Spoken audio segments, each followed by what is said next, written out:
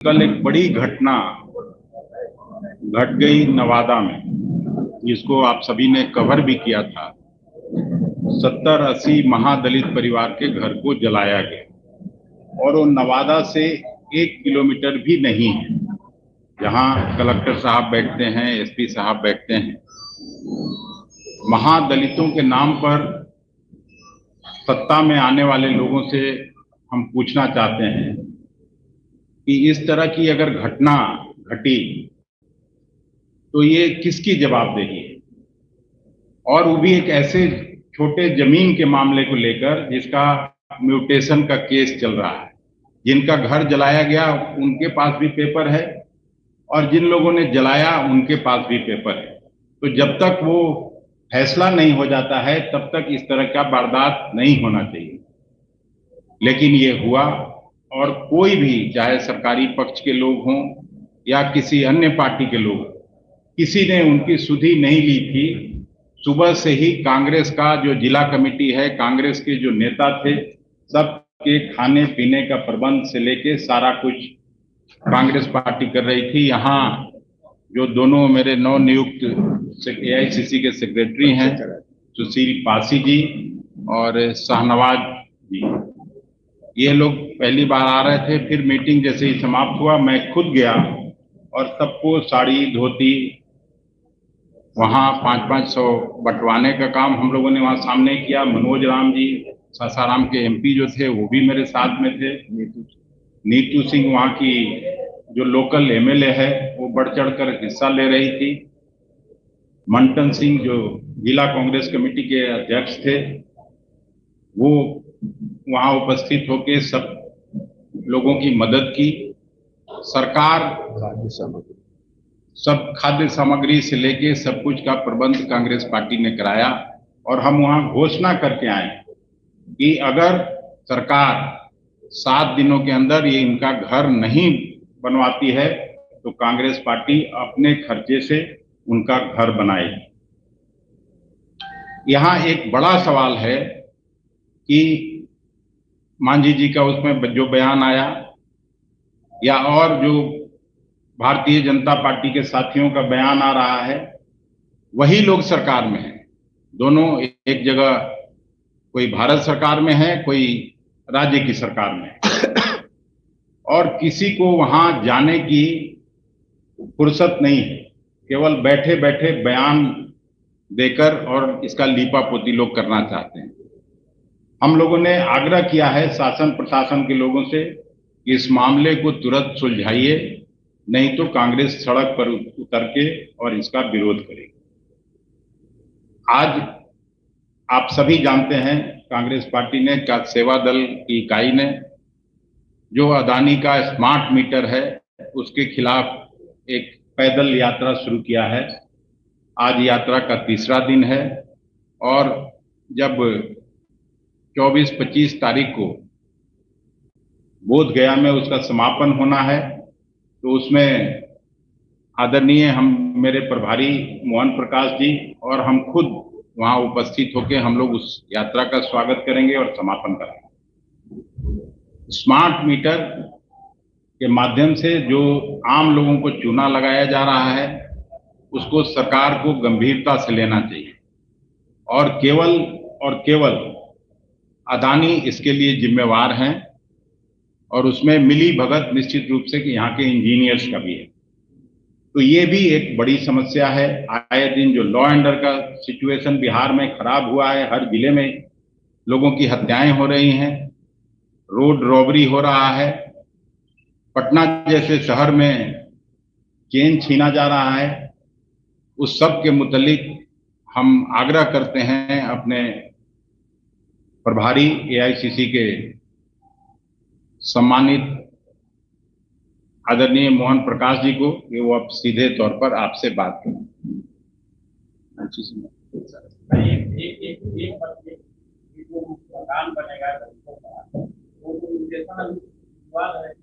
इसीलिए तुरंत उसको लागू करें, फैसला करें। वो फैसला करने के लिए हम लोगों ने कहा ही है, लेकिन जो मकान जल गया है, आप अगर नहीं गए, आपके कोई साथी गए होंगे, बकरी सब जली हुई, जानवर सब जले हुए वहां पड़े हुए, तो वहां स्थिति छप्पर बहुत तो भयावह है। खुले में रह रहे हैं। तत्कालिक व्यवस्था आपका बल्कि एक पत्रकार साथी आपका था वहां, तब वो देखा है मेरे सामने ही। वही तो व्यवस्था उनके लिए कर रहे हैं, खुले में रह रहे हैं।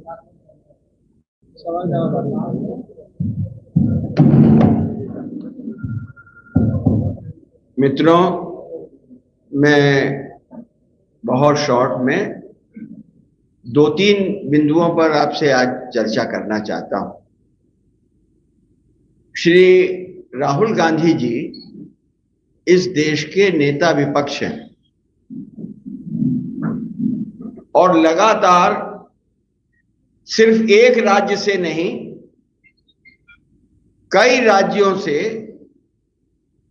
पिछले 1 हफ्ते 10 दिन में उनको जान से मारने की धमकी, जुबान काट लेने की धमकी, इस तरह से अनेकों धमकियों भरा बयान भारतीय जनता पार्टी के केंद्रीय मंत्री से लेके और राज्य सरकार के मंत्री तक दे रहे हैं। मैं इसमें सिर्फ एक बात कहना चाहता हूं कि किसी भी लोकतांत्रिक व्यवस्था में दुनिया में कहीं भी प्रधानमंत्री, सदन के अंदर प्रधानमंत्री से कम नेता विपक्ष का स्थान नहीं होता। तकलीफ इस बात की है और यह शर्मनाक है किसी भी लोकतांत्रिक व्यवस्था के लिए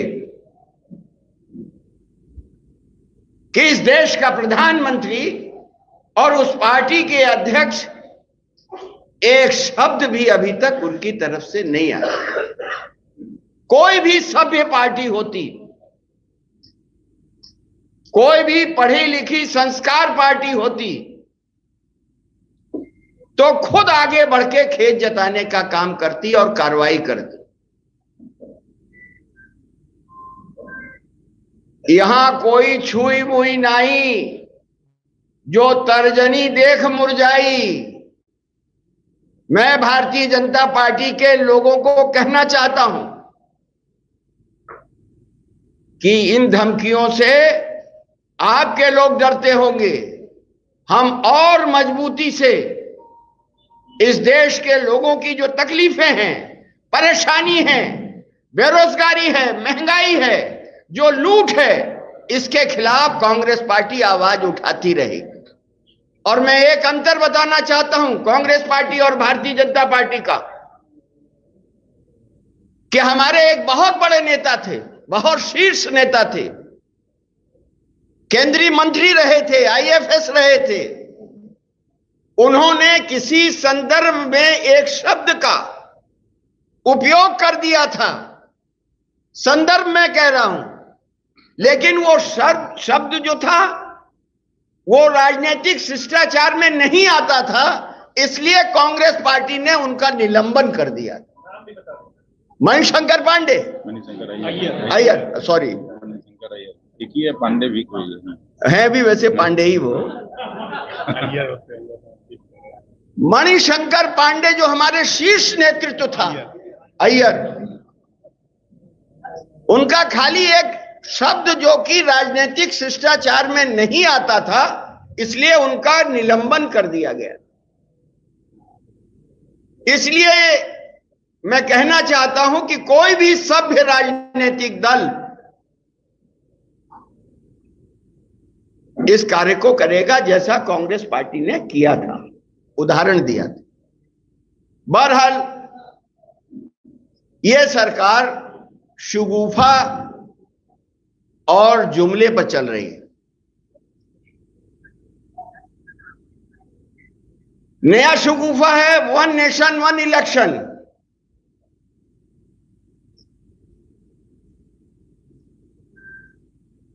और मैं याद दिलाना चाहता हूं 400 पार वाली बात। अब वो सामने आ रही है कि किस तरीके से ये संविधान को नष्ट करना चाहते। और एक बात और मैं मोदी जी को कहना चाहता हूं कि ये इस देश में सुप्रीम कोर्ट से ये तय हो चुका है कि बेसिक स्ट्रक्चर में कोई भी चेंज नहीं कर सकता।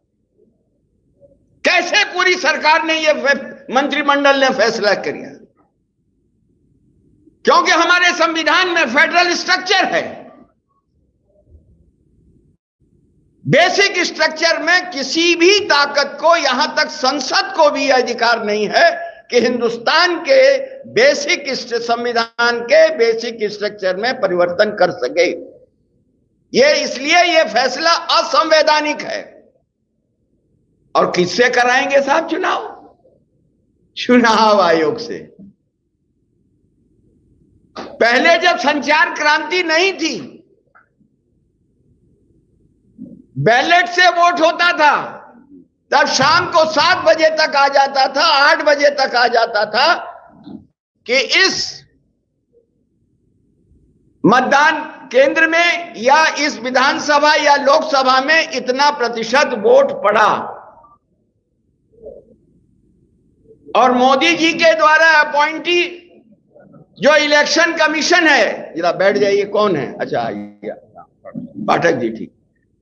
मोदी जी द्वारा नियुक्त जो इलेक्शन कमीशन है वो 5 दिन बाद बताता है कि किस लोकसभा में कितने वोट पड़े, कितने प्रतिशत पड़े। इससे बड़ा कोई फेल्योर है? और वो छोड़ दीजिए, अभी हरियाणा और चुनाव हो रहा है जम्मू कश्मीर में, और महाराष्ट्र की विधानसभा की मियाद 26 नवंबर को खत्म होने वाली है। क्यों नहीं कराया गया वहां चुनाव? झारखंड की मियाद जनवरी में खत्म होने वाली है। तो जब आप जैसे किसी पत्रकार ने पूछा कि 4 राज्यों में जब चुनाव होने हैं तो आप 2 ही राज्यों में क्यों करा रहे हैं? इस पर चुनाव आयोग ने जवाब दिया कि हम 4 राज्यों में एक साथ चुनाव नहीं करा पाए, हमको कठिनाई है। क्या अब मोदी जी उसी चुनाव आयोग से पूरे देश के अंदर एक ही चुनाव कराना चाहते हैं? उसमें लोकसभा, विधानसभा और नगर पालिका, जिला परिषद सब चुनाव करा लेंगे। लेकिन ये सरकार लगातार इस देश के आजाद स्वतंत्रता आंदोलन के जो मूल्य हैं, जो आधार है, उसके विपरीत ये सरकार चल रही है। मैं तीसरा बिंदु आपकी तरफ आपको चिंतित करने के लिए कर रहा हूं कि आज जो बेरोजगारी की समस्या है वो क्यों है, या जो महंगाई है वो क्यों है? ये श्री नरेंद्र मोदी की सरकार द्वारा प्रायोजित महंगाई भी है और बेरोजगारी भी। एक उदाहरण देता हूं। आज इस देश के अंदर कोई घर ऐसा नहीं होगा जिसमें एक छाता ना हो, अम्ब्रेला जिसको बोलते हैं, और ग्रामीण इलाके में तो खास तौर से रहता है। लेकिन आज छाते के मार्केट में 95% चाइना का दखल है। कौन बनाता है छाता? टाटा, बिरला, अंबानी नहीं बनाते। इसको हमारे आपके जैसे शहरों में जो छोटे उद्यमी होते हैं, जिसको MEES कहते हैं, स्मॉल स्केल इंडस्ट्री, और उसमें काम कौन करता है? काम करता है जो अगल बगल का बेरोजगार होता है। एक आइटम नहीं है। अरे ये जो नकली फूल होते हैं, इसमें भी 90% हिस्सेदारी चाइना की। और एक आइटम नहीं है, 85 आइटम ऐसे हैं जो रोजमर्रा के जीवन में आता है, जो सामान्य आदमी जिसको उपयोग करता है, जिसको कि छोटे उद्यमी बनाते हैं, जिससे रोजगार मिलता है, वो धीरे धीरे धीरे धीरे चाइना के हाथ में जा रहा है, उनका मुनाफा बढ़ रहा है और उनके नौजवानों को रोजगार मिल रहा है और हमारा नौजवान बेरोजगार होता चला जा रहा है।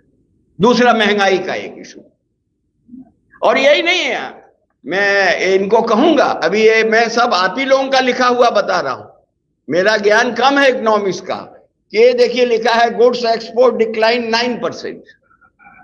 गुड्स मतलब सामान्य चीज है, वो 30 बिलियन हो चुका है, लेकिन इस पर सरकार को बोलने की जरूरत नहीं। ये देखिए आप, एक्सपोर्ट टू बांग्लादेश स्लिप 28% इन अगस्त। तो जब लगातार आप इंपोर्ट बढ़ाएंगे और एक्सपोर्ट लगातार नीचे गिरेगा तो रोजगार कहां से आएगा, कहां जाएगी इकोनॉमी? इतना ही नहीं है, पेट्रोलियम पदार्थ आज दुनिया में क्रूड ऑयल का दाम लगातार गिर रहा है। मैं उसकी चर्चा नहीं कर रहा हूं जो हमने रशिया से लिया है सस्ते में मैं चर्चा कर रहा हूं दुनिया के बाजार की। कहीं कहा जा रहा है 21%, कहीं कहा जा रहा है 31% तक दुनिया के अंदर क्रूड ऑयल के दाम कम हो गए, लेकिन हमको क्यों नहीं कम मिल रहा है? कौन जवाब देगा? पहले एक सवाल उठता था, मंत्री सामने आता था, जवाब देता था। और मैं आपको बता दूं, एक याद दिलाने के लिए, हमारे समय में जो तेल कंपनियां थी भारत की, उनको सब्सिडी दी जाती थी और जनता को तकलीफ न हो इसलिए दामों के बारे में हम लोग मार्केट को जरा संभालते थे। लेकिन ये बहस चली कि इन कंपनियों को कब तक सब्सिडी दी जाएगी। और मैं आज इस धरती पर नहीं है, मैं अरुण जेटली जी का नाम लूंगा, उन्होंने बड़ी तगड़ी वकालत की थी कि दुनिया के मार्केट से और जो डोमेस्टिक मार्केट है उसको जोड़ दिया जाए। यानी जैसे जैसे दुनिया में भाव बढ़ेंगे तो भारत में भी बढ़ेंगे और जैसे घटेंगे तो भारत में भी घटेंगे। और वही थ्योरी बाद में लागू हुई कि दुनिया के बाजार से हिंदुस्तान के जो बाजार है उसमें तेल की कीमत को जोड़ दिया जाए। लेकिन आज क्या हो रहा है? और मैं याद दिलाना चाहता हूं आपको कि मनमोहन सिंह की सरकार में दुनिया में जब दाम कम घटे और जब मनमोहन सिंह की सरकार ने उस समय में दाम घटाए तो याद करिए रिलायंस और एसआर के पेट्रोल पंप बंद हो गए थे कि नहीं हो गए थे? क्यों? क्योंकि उस दाम पर उनको बेचने में मुनाफे की लूट नहीं हो रही। मुनाफा हो रहा था लेकिन मुनाफे की लूट हो रही थी। लेकिन आज दाम इसलिए नहीं घट रहे हैं, मेरा आरोप है भारतीय जनता पार्टी पर, मोदी सरकार पर, कि आप जो लोग प्राइवेट प्लेयर हैं पेट्रोलियम पदार्थ में, उनकी लूट आपकी लूट एक बरोबर हो जाए। उनका दबाव है, उनका चंदा है कि हिंदुस्तान का आदमी उनके मुनाफे के लिए कम दाम पर पेट्रोलियम पदार्थ नहीं पा रहा और नहीं हिम्मत है। तो उसके साथ जो नीति बनी थी, संसद में पास नीति है, उसके अनुसार आप घटाइए और नहीं तो जवाब दीजिए कि किन कारणों से हम इसको नहीं बदल पा रहे। ये मेरे आज आपके सामने बिंदु थे।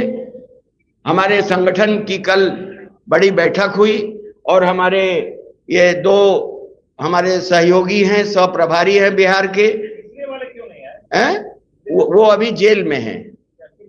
वो जो प्रदर्शन हुआ जिसमें सतनामी समाज के लोगों को जला दिया गया, उसके खिलाफ जो उन्होंने प्रदर्शन किया। और दूसरा बता दूं क्यों जेल में हैं, क्योंकि नया जो लाए हैं ना आईपीसी में परिवर्तन, उसमें यह है कि 60 दिनों से 90 दिनों तक पुलिस रख सकती, नहीं तो कोई ऐसा अपराध नहीं है उनके ऊपर। 2 बार के एमएलए, 2 बार के एमएलए हैं। नया कानून में अभी तो और लोग, कभी आप लोग भी जाएंगे। अब आप ये देखिए कि अगर कोई पत्रकार ब्लॉग लिख दे तो जेल चला जाता है, कोई आदमी सोशल मीडिया पर कमेंट कर दे तो जेल चला जाता है, और यहां केंद्रीय मंत्री आतंकी कह रहा है और कोई नोटिस नहीं। लेकिन एक बात है, वो बिट्टू से हमारी थोड़ी सी नरमियत है। क्यों? कि उसने बोला तो सही लेकिन शब्द गलत निकल गए। क्यों बताऊं? कि जिस तरीके से, खाली यही मत लिखिए, हमारा पूरा संदर्भ लिखिए महाराज। ओ महाराज, पूरा संदर्भ, दूसरा सेंटेंस तो होने दीजिए, ऐसा मत कर दीजिए कि अभी नया नया है। चल जाने दीजिए, हमारी आवाज पहुंच जाएगी। अभी नया नया है, असलियत को उसने गलत शब्दों में रख दिया। कैसे? ये सही है कि राहुल गांधी जी ने जो संसद में सवाल उठाए, पेपर लीक के जो सवाल उठाए, बेरोजगारी के, महंगाई के, इस देश के संविधान के, तो उससे मोदी जी आतंकित हो चुके, पूरी बीजेपी आतंकित हो चुकी है। इसलिए उसने सही कह दिया कि ये आतंकी है, क्योंकि पूरी बीजेपी श्री राहुल गांधी जी के लोकसभा के भाषण से आतंकित हो गई और आज भी आतंकित है। लेकिन ये जो राहुल जी का ये है, इस देश की जनता की तकलीफों को रखना लीडर अपोजिशन, नेता विपक्ष के नाते उनका हक भी है और उनका कर्तव्य भी है, और पूरी देश की पार्टी उनके साथ मजबूती से खड़ी है। और वही नहीं, मैं एक बात आपको बताना चाहता हूं कि हमारा आकलन आप लोकसभा के चुनाव के पहले या संख्या से मत करिएगा। लोकसभा चुनाव के बाद जो नतीजे आए हैं, उससे इस देश के अंदर कांग्रेस पार्टी के पक्ष में बड़ा जन समर्थन खड़ा हुआ है। चुनाव के पहले जितना जन समर्थन हमको नहीं था, उससे ज्यादा जन समर्थन हमारा लोकसभा के चुनाव के बाद हुआ है। और आगे आने वाले हर चुनाव में आप देखेंगे इस देश के अंदर कि लोग कांग्रेस की तरफ या कांग्रेस के साथियों की तरफ देख रहे हैं। धन्यवाद। आप कह रहे हैं कि आपके नेता को आतंकी कहा गया, आतंकवादी कहा गया, लेकिन ये सिलसिला ये पार्टी का शुरुआत किसने किया? मौत का सौदागर करने वाली आपकी जो सबसे बड़ी लीडर है। अरे गंगा में पानी कहां से कहां बह गया और वो क्या क्या किए उनको भी तो पूछ लीजिए। और मौत का सौदागर की बात अगर आप करते हैं तो 2002 में क्या हुआ था गुजरात में? कौन मुख्यमंत्री था? आप भी मानते उस बात को कि वो सही था, मौत का सौदागर है वो? नहीं, जो मोदी बोला है उसके पर भी तो पूछो। और किस संदर्भ में वो कहा गया था कि हजारों लोग मार दिए गए थे और जो मुख्यमंत्री था वो जिम्मेदारी नहीं ले रहा था। अरे किसी इसके पहले कितनी बार कहा है उन लोगों ने। अरे भाई एक आप लोग को नहीं बोलना है जी।